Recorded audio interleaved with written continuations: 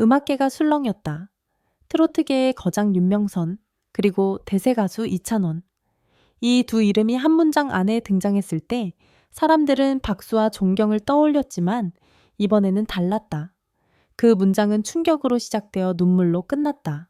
지난주 한음악 관계자의 폭로로 알려진 윤명선이 이찬원의 신곡을 심하게 비난했다는 사실은 단순한 의견 충돌 이상의 의미를 지니고 있었다. 단 몇 마디의 비판이 그들의 관계뿐 아니라 대한민국 트로트 씬 전체를 뒤흔든 것이다. 문제의 발언은 지난달 중순 비공개 작곡가 미팅에서 나왔다. 이찬원이 직접 작사 작곡에 참여한 신곡 엄마의 봄날. 이 내부 시청회의에서 공개되었을 때 대부분의 관계자들은 조용히 고개를 끄덕였다. 음악은 서정적이고 따뜻했으며 그의 목소리는 진심을 담고 있었다. 그러나 그 자리에서 윤명선은 단호하게 말했다. 음악은 아름답지만 이건 너무 개인적이야. 대중이 공감하기엔 벽이 있어. 이 발언은 곧 업계 내부에서 빠르게 번졌다. 윤명선이 이찬원을 혹평했다 트로트의 신구 대결이 시작됐다. 후배의 진심을 모욕했다 각종 루머가 쏟아졌고 그 파장은 예상보다 거셌다. 이찬원 측은 침묵했다. 하지만 며칠 뒤 그 침묵의 이면에 숨겨진 이야기가 세상에 드러났다. 이찬원이 직접 밝힌 진실은 모두를 멈춰 세웠다. 그는 신곡 발표회 자리에서 떨리는 목소리로 말했다. 엄마의 봄날은 제 어머니가 마지막으로 병상에서 봄이 오면 같이 걷고 싶다고 하셨던 말을 담은 노래입니다. 순간 객석은 정적에 휩싸였다. 그의 어머니는 3년 전 지병으로 세상을 떠났다. 이찬원은 그동안 이 사실을 공식적으로 거의 언급하지 않았지만 이번 신곡을 통해 처음으로 자신의 상처를 노래로 고백한 것이다. 그의 말이 끝나자 윤명선은 방송 대기실에서 조용히 눈을 감았다. 그리고 인터뷰에서 이렇게 말했다. 내가 그걸 몰랐다. 난 단지 프로듀서로서 음악만 봤지 그 마음을 보지 못했다. 그의 목소리는 흔들렸다. 엄마의 봄날을 비난했던 사람, 그리고 그 진심을 알게 된 사람. 윤명선은 그렇게 무너져 내렸다. 며칠 후 윤명선은 한 방송 인터뷰에서 솔직한 심정을 털어놓았다. 이찬원은 단지 가수가 아니라 아들이었어요. 나는 그 노래를 들으며 음악적 완성도만 따졌지만 그가 담아낸 건 삶이었어요. 그는 인터뷰 도중 눈물을 훔쳤다. 비난이라는 단어는 너무 가벼웠다. 나는 그에게 상처를 줬다. 진심으로 미안하다. 방송이 끝난 뒤 윤명선은 직접 이찬원에게 전화를 걸었다.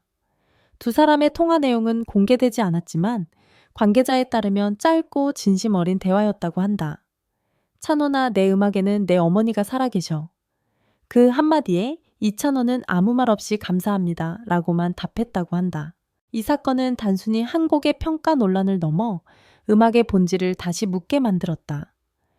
윤명선은 인터뷰 말미에 이렇게 말했다. 나는 수많은 곡을 써왔고 수많은 가수를 봤습니다. 하지만 이렇게 인간의 이야기로 음악을 만든 사람은 드뭅니다. 엄마의 봄날을 들으면 그 봄날이 정말 눈앞에 피어나는 것 같아요. 팬들 사이에서는 진정한 화해라는 반응이 이어졌다. 결국 윤명선이 진심을 봤다. 이찬원의 노래는 마음으로 듣는 음악이었다. 이건 단순한 논란이 아니라 치유의 이야기다. 하지만 이야기는 여기서 끝나지 않았다. 며칠 뒤 이찬원의 소속사 관계자는 놀라운 사실을 전했다. 이찬원이 곡을 완성한 후 한 통의 편지를 남겼다는 것이다. 그 편지는 세상에 공개되지 않았지만 관계자는 일부 내용을 이렇게 전했다. 엄마, 내가 늦게나마 당신의 봄을 노래했어요. 봄이 오면 노래 속에서 다시 만나요. 이 짧은 문장은 모두를 울렸다. 그리고 바로 그날 밤 윤명선은 자신의 SNS에 한 장의 사진을 올렸다. 노란 유채꽃이 핀 들판 위에 적힌 짧은 글이었다. 그의 봄날이 이제 내 마음에도 찾아왔습니다. 봄의 끝자락, 여의도의 한 작은 공연장에서 두 사람은 다시 만났다. 조명은 따뜻했지만 공기는 묘하게 긴장되어 있었다. 지난 논란 이후 처음으로 공식석상에서 마주한 윤명선과 이찬원. 카메라 수십 대가 둘을 향해 있었지만 그 순간만큼은 세상에 그들 둘밖에 없는 듯했다. 무대에 먼저 선 사람은 윤명선이었다. 그는 준비된 멘트도 대본도 없이 마이크를 잡았다. 짙은 표정, 그리고 낮게 깔린 목소리로 그랬더니 그는 입을 열었다. 엄마의 봄날을 처음 들었을 때 저는 솔직히 그 노래를 몰랐습니다. 음악적으로만 봤기 때문이죠.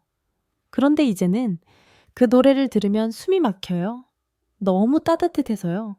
관객석의 공기는 차분해졌다. 그의 말 한마디 한마디가 시간의 무게를 실어 울려 퍼졌다. 그날 제가 그를 비난했던 그 자리에서 사실 저는 제 자신을 지키려 했던 겁니다. 그런데 그가 노래로 보여준 건 지켜야 할 마음이었어요. 윤명선의 목소리가 떨렸다. 그는 손에 쥔 마이크를 잠시 내려놓고 눈을 감았다. 그 눈가에는 맺힌 눈물이 그대로 흘러내렸다. 뒤어 무대에 오른 이찬원은 놀라울 만큼 담담했다. 그는 윤명선을 향해 고개 숙여 인사하더니 천천히 말했다. 그날 선생님이 하신 말씀이 처음엔 아팠습니다. 하지만 지금 생각해보면 그 말이 저를 더 단단하게 만들어주셨던 것 같습니다. 그는 조용히 숨을 고르며 말을 이었다. 엄마의 봄날은 저에게 그리움이었지만 지금은 용서가 되었습니다.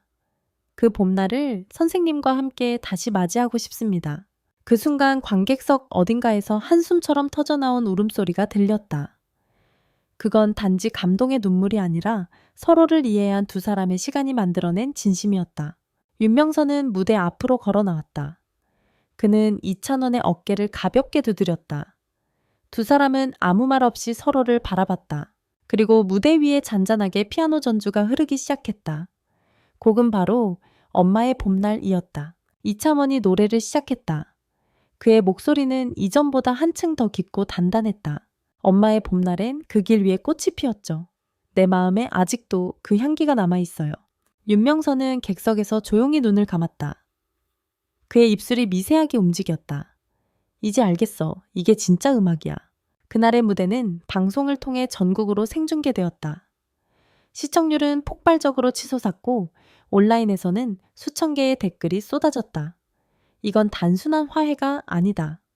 인생의 장면이다. 두 사람의 진심이 세상을 울렸다. 공연이 끝난 뒤 백스테이지. 조용한 복도 끝에서 윤명선이 이찬원에게 다가왔다. 그는 조용히 말했다. 찬원아, 네가 나를 다시 음악가로 만들어줬어. 이찬원은 웃었다. 아닙니다, 선생님.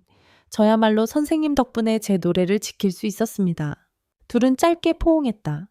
그 장면을 목격한 한 스태프는 이렇게 말했다. 그 포옹에는 사과도 감사도 그리고 깊은 존경도 담겨 있었어요. 음악보다 더 큰 화해였죠. 며칠 뒤 윤명선은 자신의 SNS에 짧은 글을 남겼다. 찬원의 노래를 듣고 난 후 나는 봄을 기다리기로 했다. 봄은 늘 늦게 오지만 결코 오지 않는 법은 없으니까. 그는 또 한 장의 사진을 올렸다. 햇살이 비치는 피아노 위에 놓인 악보. 악보의 제목은 봄은 늦게 온다. 윤명선이 새로 쓴 곡이었다. 관계자는 이 곡이 이찬원에게 헌정된 것이라고 밝혔다. 곡의 첫 구절에는 그날의 봄날을 기억하며 라는 문장이 적혀 있었어요. 윤명선 선생님이 직접 쓴 글씨였습니다. 이찬원은 후속 인터뷰에서 이렇게 말했다. 음악은 결국 사람을 만나게 하는 힘이 있다고 생각합니다. 선생님과의 시간이 그걸 증명해 주셨어요. 그는 마지막으로 덧붙였다. 엄마의 봄날은 끝났지만 음악의 봄은 계속됩니다. 그 말에 윤명선은 고개를 끄덕였다. 맞아요. 음악의 봄은 다시 피어납니다. 언제나 그렇게. 며칠 후 두 사람은 함께 음악 프로그램에 출연했다. 그들은 처음이자 마지막으로 엄마의 봄날을 듀엣으로 불렀다. 이 무대는 방송 직후 역대급 감동 무대로 기록되었다. 무대 위 윤명선은 잔잔히 화음을 맞추며 웃었고 이찬원은 눈시울을 붉히며 마지막 가사를 불렀다. 봄은 다시 오네요. 당신이 그리던 그 봄처럼. 노래가 끝나자 관객은 일제히 기립했다. 그 박수 속에서 두 사람은 다시 서로를 향해 웃었다. 그리고 그 순간 모두가 느꼈다. 음악은 결국 진심을 찾아가고 진심은 언제나 다시 봄을 데려온다.